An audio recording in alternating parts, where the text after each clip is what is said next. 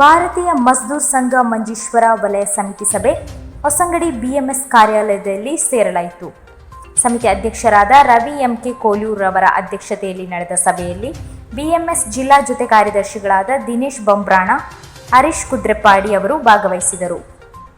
ಸಭೆಯಲ್ಲಿ ಕೇರಳ ಸರ್ಕಾರದ ಕಾರ್ಮಿಕ ವಿರೋಧಿ ನೀತಿ ಹಾಗೂ ಕಳೆದ 5 ತಿಂಗಳಿನಿಂದ ಪಿಂಚಣಿ ನೀಡದೆ ಸಾಧಾರಣ ಬಡ ಕಾರ್ಮಿಕರಿಗೆ ದ್ರೋಹ ಬಗೆಯುತ್ತಿರುವ ಕೇರಳ ಸರ್ಕಾರದ ವಿರುದ್ಧ ರಾಜ್ಯದೆಲ್ಲೆಡೆ ನಡೆಯುವ ಪ್ರತಿಭಟನೆ ಬಗ್ಗೆ ಮಂಜೇಶ್ವರ ವಲಯದ ಮಂಜೇಶ್ವರ, ಮೀಂಜ, ವರ್ಕಾಡಿ ಪಂಚಾಯತ್ಗಳಲ್ಲಿ ಧರಣಿ ನಡೆಸಲು ತೀರ್ಮಾನಿಸಲಾಯಿತು.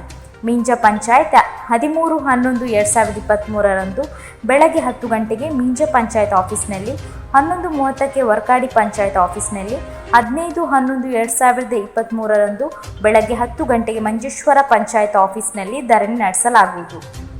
ಸಭೆಯಲ್ಲಿ ವಲಯ ಪದಾಧಿಕಾರಿಗಳಾದ ಭಾಸ್ಕರ ಬಿಎಂ, ಶ್ರೀಧರ ಬಿಎಂ, ತುಳಸಿದಾಸ್ ಮಂಜೇಶ್ವರ, ನವೀನ್ ಕನ್ವತೀರ್ಥ, ರೋಹಿತ್ ಮಜ್ಬೈಲ್ ರವರು ಭಾಗವಹಿಸಿದರು. ರವಿಚಂದ್ರ ಶೆಟ್ಟಿ, ಪದಿಂಜಿ ಬೈಲ್ ಸ್ವಾಗತ ನೀಡಿ, ಪ್ರಕಾಶ್ ಕೆಪಿ ಧನ್ಯವಾದ ನೀಡಿದರು.